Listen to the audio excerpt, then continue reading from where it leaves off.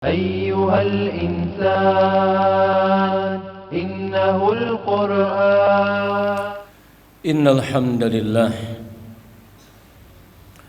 نحمده ونستعينه ونستغفره ونستهديه ونتوب إليه ونعوذ بالله من شرور أنفسنا ومن سيئات أعمالنا فمن يهده الله فلا مضل له ومن يضلله فلن تجد له وليا مرشدا أشهد أن لا إله إلا الله وحده لا شريك له وأشهد أن محمدا عبده ورسوله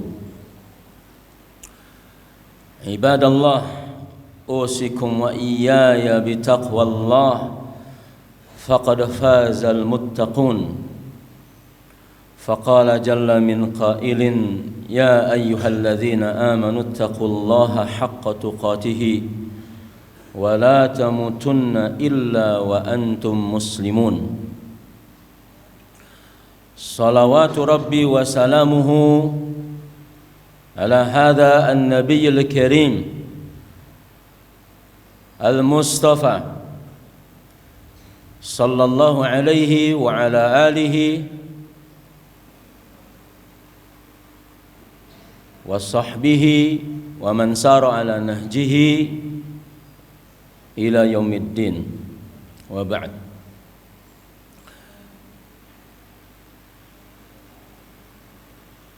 Iman adalah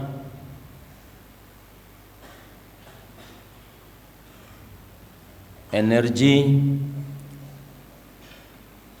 yang mampu membangkitkan, mengokohkan, melahirkan, menciptakan, mendorong, meninggikan, menghormatkan, memuliakan. Karena hakikat iman itu adalah fadlun minallah, bahwa iman itu datangnya dari Allah subhanahu wa ta'ala. Allah memberi kepada kita yang paling mahal,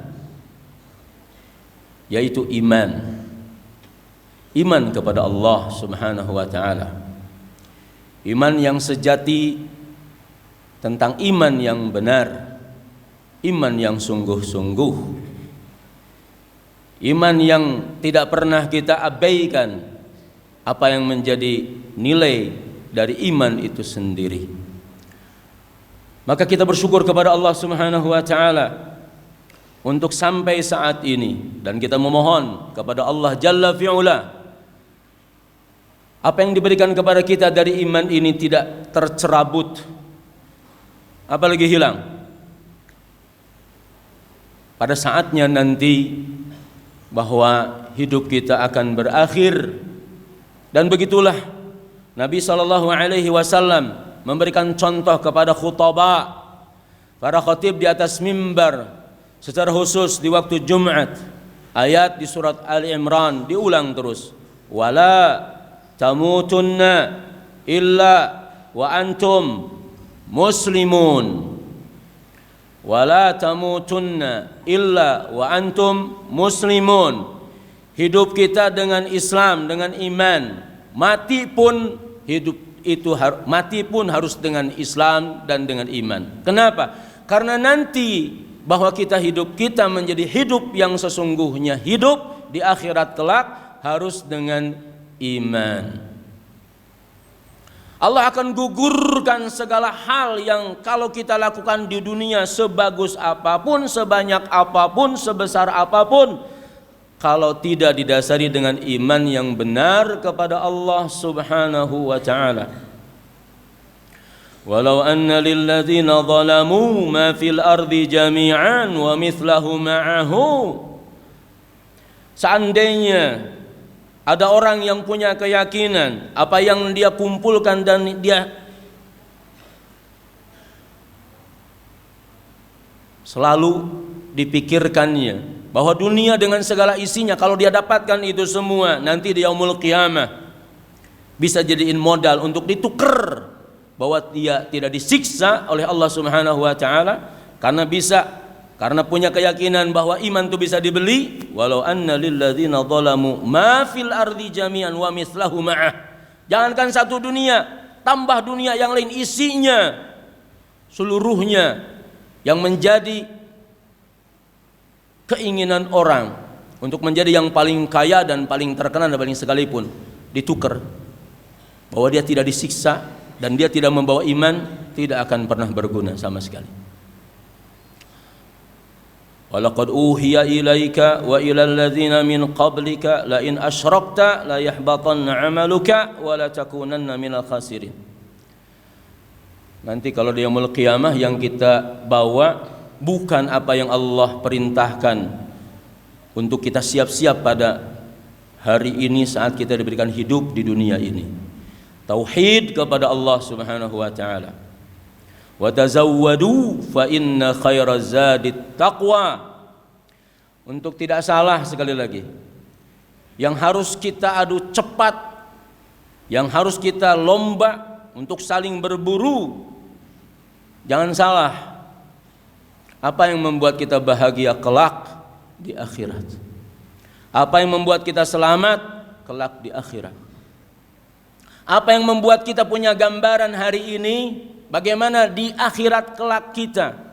Di surat Az-Zumar ada 2 kalimat diulang dengan redaksi yang berbeda, dengan maksud juga yang berbeda. Wasiqal ladzina kafaru ila jahannama zumara.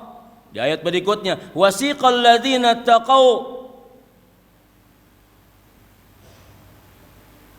wasiqal ladzina taqaw rabbahum ila jannati zumara. Zumara, ada zumara ahlun nar, ada zumara ahlul jannah. Perhatikan bahwa hidup kita ini nanti kita akan ada di kelompok yang mana? Apakah kita berada di kelompok barisan gerombolan-gerombolan yang kufur kepada Allah, maksiat kepada Allah? Karakteristik kita sama dengan karakteristik orang-orang yang dibenci, dimurkai, diancam oleh Allah Subhanahu wa taala. Zumara Fir'aun, Zumaro Haman, Zumaro Qarun, Zumaro Abu Lahab, Zumaro Abu Jahal, Zumaro kelompok-kelompok kaum-kaum yang diazab oleh Allah Subhanahu wa taala. Wasiqal ladzina kafaru ila jahannam zumara, dikumpulkan sesama yang di dunianya senang kufurnya macam apa? Ahlul maisir ma ahlil maisir, senang di dunianya dengan judi, maka di akhiratnya kumpul dengan yang sama ma ahlil maisir. Senang di dunia dengan mahal maksiati, sama, dikumpulkan dengan yang sama sebagaimana di dunia. Tapi kalau kita di dunia ini kumpul insya Allah ma ahli salah, ma ahli taqwa, ma ahli salat, ma ahli ta'ah, ma ahli ibadah, ma ahli infaq, ma ahli sabri, ma ahli sidqi, ma ahli istiqamah, ma ahli tawakkul, ma ahli ridha.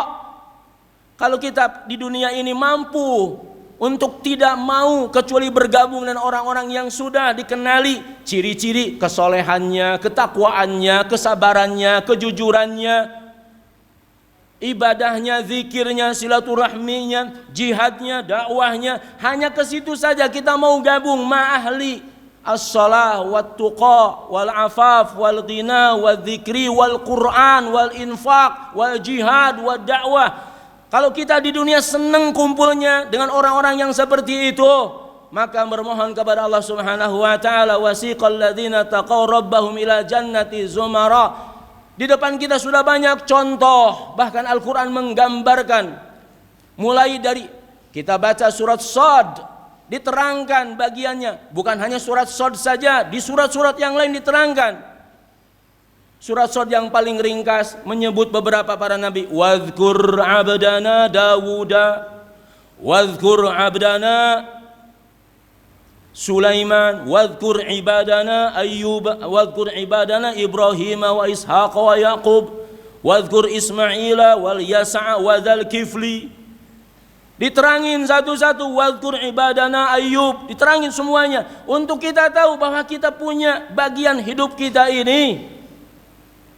Karena sering orang itu melihat hidup begitu susahnya, begitu rumitnya. Begitu beratnya, padahal bahwa kita sudah dikasih penjelasan yang sejelas-jelasnya untuk kita hidup. Mau seperti apa kita hidup ini? Mau jadi pemimpin, mau jadi raja, mau jadi siapa? Mau jadi ahli ibadah, mau jadi ahli sabar, mau jadi ahli apa? Diterangkan dalam Al-Quran seluruhnya, sehingga kita berada tidak pernah keluar dari jalur ketika Allah Subhanahu wa Ta'ala memberikan semua tipe bagaimana kehidupan kita mau kita lalui. Jumat ini mudah-mudahan dalam waktu yang singkat kita ingin bahwa ada yang kita berikan label di antara kehidupan itu yang paling mahal. Hayatuna ma'al Quran. Hidup kita bersama Al-Quran. Hidup kita bersama Al-Quran. Kita sudah tahu tentang Al-Quran, dijelaskan oleh Allah Subhanahu wa Ta'ala. Bahkan Al-Quran itu dijadikan oleh Allah Subhanahu wa Ta'ala sebagai rukun dari rukun iman, bahwa Allah Subhanahu wa Ta'ala menurunkan Al-Quran sebagai mukjizat yang terbesar. Tidak ada mukjizat yang terbesar melebihi Al-Quran. Al-Quran disebut oleh Allah Subhanahu wa Ta'ala dengan macam-macam nama untuk kita faham bahwa Al-Quran tidak kemudian hanya kita mendengarnya dan kita ada di sana. Kalau ada acara dimulai dengan baca Al-Quran. Kalau ada kegiatan diawali dengan Al-Quran. Seolah bahwa Al-Quran hanya ada di momen-momen tertentu, dan itu pun hanya dalam bentuk formal supaya pertemuan itu ada urutan membaca Al-Qurannya. Untuk kita mungkin sebagai sebagian santri, bahwa hidup dengan Al-Quran ya terjadwal ketika bersama kita di halaqah Al-Quran. Kita tahu tentang Al-Quran, kalau punya nilainya saat kita tahu bahwa kita belum hafal untuk target muqarrar yang sudah ditetapkan. Andaikan Quran itu hanya sebatas yang kita pahami dalam bentuk-bentuk seperti itu, maka tidak akan pernah Al-Quran menjadi mukjizat yang terbesar yang Allah turunkan kepada seluruh makhluk ini yang dibawa oleh Nabi Muhammad sallallahu alaihi wasallam. Allah Subhanahu wa Ta'ala mengatakan, kitabun anzalnahu ilaika mubarakun liyadabbaru ayatihi wa liyatadzakkara ulul albab. Ciri Al-Quran adalah barokah. Barokahnya adalah tidak terhitung, tidak terhingga, dan kita tidak bisa bagaimana melis satu demi satu bagaimana Al-Quran itu barokahnya membersamai kita. Hadis-hadis sudah terlalu banyak, mulai dari keberkahan dalam membacanya sampai kemudian tidak dianggap bahwa ada satu kalimat sebagai satu kalimat, tapi diurai alif lam mim, disebutnya alif lam dan mim, setiap satu 10 kebaikan sampai berlipat ganda. Poin yang ingin disampaikan di siang hari ini adalah seberapa bahwa Al-Quran itu ngajak bicara kepada kita untuk beramal, untuk melaksanakan apa yang ada di dalam Al-Quran itu. Kenapa Aisyah radhiyallahu anha ketika ditanya apa akhlaknya Rasul, kata Aisyah radhiyallahu anha, akhlaknya adalah Al-Quran. Artinya setiap bagian dari ayat di Al-Quran itu sudah menjadi akhlaknya Rasul sallallahu alaihi wasallam. Kalau dalam Al-Quran ada perintah sabar, tidak ada yang paling sabar melebihi Rasul sallallahu alaihi wasallam. Kalau dalam Al-Quran ada perintah untuk beribadah, tidak ada yang paling besar dan sempurna ibadahnya melebihi Rasul sallallahu alaihi wasallam. Tidak ada yang paling jujur melebihi jujurnya Rasul sallallahu alaihi wasallam. Tidak ada yang paling berjihad melebihi jihadnya Rasul sallallahu alaihi wasallam. Tidak ada yang berinfak melebihi infaknya Rasul sallallahu alaihi wasallam. Sebut ayat apa saja di dalam Al-Qur'an, kalau itu berupa kebaikan, maka Rasul menjadi penghulunya paling depan, dan itu dicontohkan oleh beliau. Tidak kemudian menjadi bahasa teori. Kita ingin ada di bagian Al-Quran itu untuk kita tahu betapa terhormatnya kita saat kita mengambil bagian dari Al-Quran itu, dan itu yang menjadi mahkota kita tiap hari, yang menjadi guidance kita tiap hari, yang menjadi kompas kita tiap hari. Ada rasa senang ketika baca Al-Quran. Ya gimana tidak senang? Bagaimana nanti di yaumul qiyamah saat iman kita begitu lemah, amal kita begitu sedikit, tapi datang Al-Quran, Iqra'ul Quran fa innahu ya'ti yaumal qiyamah syafi'an li ashabihi. Yang hari ini kita abaikan Al-Quran itu, yang mungkin ketika kita diminta untuk membacanya juga, lalu tidak ada dorongan yang sesungguhnya timbul dari hati. Al-Quran yang menghiasi hidup kita, yang mengindahkan kehidupan kita, yang memberikan kemuliaan kepada kita, yang mengokohkan kita, sepertinya itu belum kita temukan walaupun tiap hari kita baca. Kenapa? Karena ada jembatan yang terputus antara kita dengan Al-Quran. Jembatan yang terputus itu dua di antaranya. Satu, bahwa kita belum mengimani sepenuh iman bagaimana mengimani Al-Quran. Yang kedua, bagian yang kita tahu dari Al-Quran belum menjadi bagian itu diamalkan oleh kita sendiri. Al-Quran bicara la yaskhar qaumun min qaumin, nggak boleh merendahkan, mengejek. Langsung timbul dalam sikap hormat sama orang. La yaskhar qaumun min qaumin asa an yakunu khairan minhum. Barangkali yang kita ejek itu, yang kita pandang lebih rendah, ternyata lebih mulia daripada kita. Jadi akhlak untuk kita, akhlak menghargai orang lain siapapun mereka. Ya ayyuhalladzina amanu ijtanibu katsiran minadh-dhanni. Ditinggalkan semua prasangka itu. Larangan itu ada di depan kita, lalu kita baca bahwa itu kalau kita lakukan berarti kita telah menjurumuskan ke dalam bahaya yang sebahaya-bahayanya. Tapi sebaliknya, kalau kita disuruh oleh Allah Subhanahu wa taala di ayat itu, disuruh untuk sabar. Ya ayyuhalladzina amanu sabiru, sabar. Sabar dalam taat. Taat itu butuh sabar. Wastabir li ibadatihi.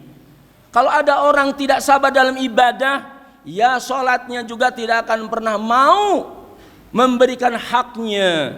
Ruku belum subhana rabbiyal azim satu kali saja lengkap sudah bangkit lagi, nggak ada sabarnya. Imam belum sampai jidatnya, keningnya ke tempat sujud sudah didahului dan dibersamai, nggak ada sabarnya. Suruh berdoa di dalam sholat, tidak berdoa, ngantuk, nunggu, kesel kapan imam ini salamnya. Tempat di mana kita, di situ Allah memberikan kehormatan dalam sujud untuk kita mohon dan doa. Subhana rabbiyal a'la, kita katakan bahwa Allah maha suci dan Allah yang maha tinggi. Di situ tempatnya kita berdoa, tapi kita abai dan lalai, nggak sabar. Tidak sabar di dalam ibadah, tidak sabar di dalam taat, tidak sabar dalam thalabul ilmi, tidak sabar dalam baca Al-Quran, tidak sabar dalam menghafal Al-Quran. Sudah bolak-balik tidak hafal juga 2-3 ayat, nggak sabar, padahal dia faham, dia yakin. Setiap dia ngulang tidak ada ruginya, karena Allah kasih ganjaran yang amat luar biasa. Tidak ada yang dilewatkan, kita ngulang 5 kali, 50 kali, 100 kali rugi, tidak. Bukan urusan hafal dan tidaknya. Kamu yakin enggak itu kalamullah yang mengangkat diri kamu nanti di akhirat dan juga di dunia ini. 2 poin diulang tentang Al-Quran yang menjadi sebab kita lemah. Mengimani Al-Qurannya, benar enggak ini kalamullah? Benar enggak apa yang dibawakan oleh Al-Quran itu? Kalau Al-Quran bicara begini, ya, yakin banget. Hari ini kita berbahagia karena salah satu negara kaum muslimin yang hidup di Suriah terbebas dari rezim yang sudah puluhan tahun. Sering tidak terangkat Suriah ini namanya di dalam hadis, bukan Suriah tapi Asyam. Syam tempat ardun mubarakah. Beritanya terpendam. Padahal apa yang terjadi selama puluhan tahun, Ahlus Sunnah wal Jamaah di sana hidupnya dalam kekejaman yang amat luar biasa. Alhamdulillah Allah bebaskan Tanpa kemudian kita harus membaca intrik-intrik politik yang lain. Tetapi alhamdulillah bahwa sesungguhnya kaum muslimin sudah terbebas dari rezim yang zalim selama puluhan tahun itu. Kita baca di dalam Al-Quran bahwa kemenangan itu memang tidak sehari dua hari, tetapi tidak ada yang rugi dalam proses itu, dalam ketika kaum muslimin diuji, dicoba, dibunuh segala macam juga enggak. Yang meninggalnya syuhada, yang berjuangnya diberikan pahala. Nunggu kemenangan itu datang pasti. Inna lanansuru rusulana walladzina amanu fil hayatid dunya. Allah katakan kami akan menolong, kami akan membela rasul-rasul kami dan orang-orang yang beriman dalam kehidupan dunia. Pasti dibela. Nunggu waktu saja untuk bisa sabar. Tinggal kita nunggu berikutnya insyaallah taala bahwa Palestina, Baitul Maqdis, Al-Aqsa insyaallah kaum muslimin juga akan dibela oleh Allah Subhanahu wa taala, dan hari ini juga tetap dibela dan ditolong dengan cara yang lain. Hanya tinggal nunggu waktu bagaimana Baitul Maqdis Al-Aqsa dikembalikan kepada kaum muslimin. Inna lanansuru rusulana walladzina amanu fil hayatid dunya wa haqqun alaina nasrul mu'minin. Jangan pernah dikatakan kalau bahwa perjuangan mereka sudah puluhan tahun lalu ditanya Allah kemana selama ini. Ada orang yang kemudian teriak Allah kemana, bukan nanya Allah kemana. Seberapa iman engkau dengan apa yang menjadi ujian itu? Karena Allah Subhanahu wa taala telah menetapkan segala sesuatu dan hikmah dan iradahnya. Maka jangan tanyakan tentang bagaimana Allah Subhanahu wa taala, tanyakan tentang kamu, iman kita, Islam kita, takwa kita, husnudzon kita kepada Allah, tauhid kita kepada Allah. Maka dengan itu insya Allah hidup kita akan punya makna yang lebih daripada sekedar kehidupan dunia yang pendek ini. Barakallahu li wa lakum fil Qur'anil azim wa nafa'ani wa iyyakum ma fihi min ayati wa dzikril hakim wa taqabbalallahu minna wa minkum tilawatahu innahu as-sami'ul alim wa astaghfirullaha li wa lakum wa lisa'il muslimin fastaghfiruh innahu al-ghafurur rahim. Alhamdulillahi wa kafa wassalatu wassalamu ala nabiyil mustafa wa ala alihi wa ashabihi ahli sidqi wal wafa. Asyhadu an la ilaha illallah wahdahu la syarikalah wa asyhadu anna Muhammadan abduhu wa rasuluhu wa ba'd. Al-Qur'an yang kita baca itu semuanya sudah dipraktekkan, diamalkan oleh para sahabat Nabi sallallahu alaihi wasallam, dan di depannya adalah Nabi sallallahu alaihi wasallam. Diulang, tanya apa saja ayat di dalam Al-Qur'an. Ya ayyuhal muzammil qumil laila illa qalila nisfahu aw inqus minhu qalila aw zid alaihi wa rattil qur'ana tartila. Rasul sallallahu alaihi wasallam yang melakukan itu. Baca ayat yang lain, tatajafa junubuhum anil madaji yad'una rabbahum khaufan wa tama'a. Itu adalah para sahabat radhiyallahu anhum jami'an. Tanya tentang ciri orang yang bertakwa, alladzina yunfiquna fis sarra'i wadh-dharra'i wal kadhiminal ghaidha wal 'afina 'anil nas. Yang bertakwa di antaranya adalah orang yang berinfak dalam keadaan senang, dalam keadaan susah, dalam keadaan sempit, dalam keadaan leluasa. Orang yang menahan dirinya, nafsunya, orang yang suka memaafkan.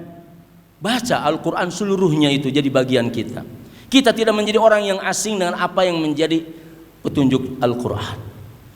Maka mulailah kita jujur dengan apa yang ada di dalam Al-Quran.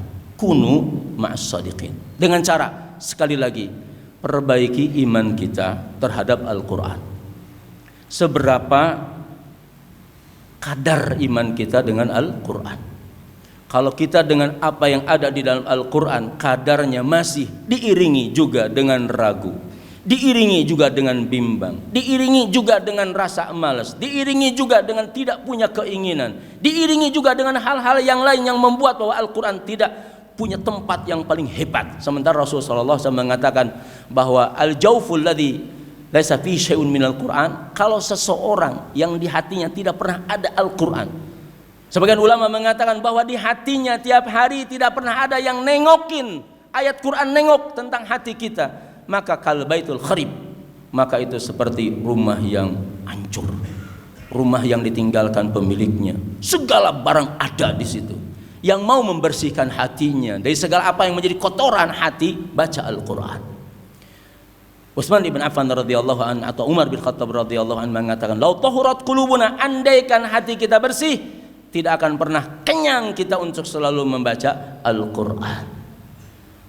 Mulailah kita insya Allah dalam kesadaran yang paling dalam dan tinggi. Jadikan dalam iman kita kepada Quran tidak ada yang memuliakan kita melebihi Al-Quran. Aku baca, aku amalkan, aku yakini, aku dakwahkan, aku ajarkan. Jadilah Al-Quran menjadi panduan kita. Bagian dari Al-Quran setelah diyakini, amalkan bagiannya yang mana saja. Belajar sabar kita, belajar jujur kita, belajar tawakal kita, belajar sungguh-sungguh dalam beribadah, belajar berdakwah, karena itu diperintahkan. Belajar semua bagian dari Al-Quran itu untuk kita tampilkan. Belajar untuk infak, belajar untuk semua hal yang ada di dalam Al-Quran. Belajar untuk nyari contoh-contoh di dalam Al-Quran dari para nabi dan rasul, yang dengan itu kita bisa menerjemahkan iman dan tauhid kita kepada Allah Subhanahu wa taala. Innallaha wa malaikatahu yusholluna 'alan nabi ya ayyuhalladzina amanu shallu 'alaihi wa sallimu taslima. Allahumma shalli 'ala Muhammadin wa 'ala ali Muhammadin kama shallaita 'ala Ibrahim wa 'ala ali Ibrahim fil alamin innaka Hamidum Majid. Wa barik 'ala Muhammadin wa 'ala ali Muhammadin kama barakta 'ala Ibrahim wa 'ala ali Ibrahim fil alamin innaka Hamidum Majid. Allahumma inna nas'aluka bi asma'ikal husna wa sifatikal ula.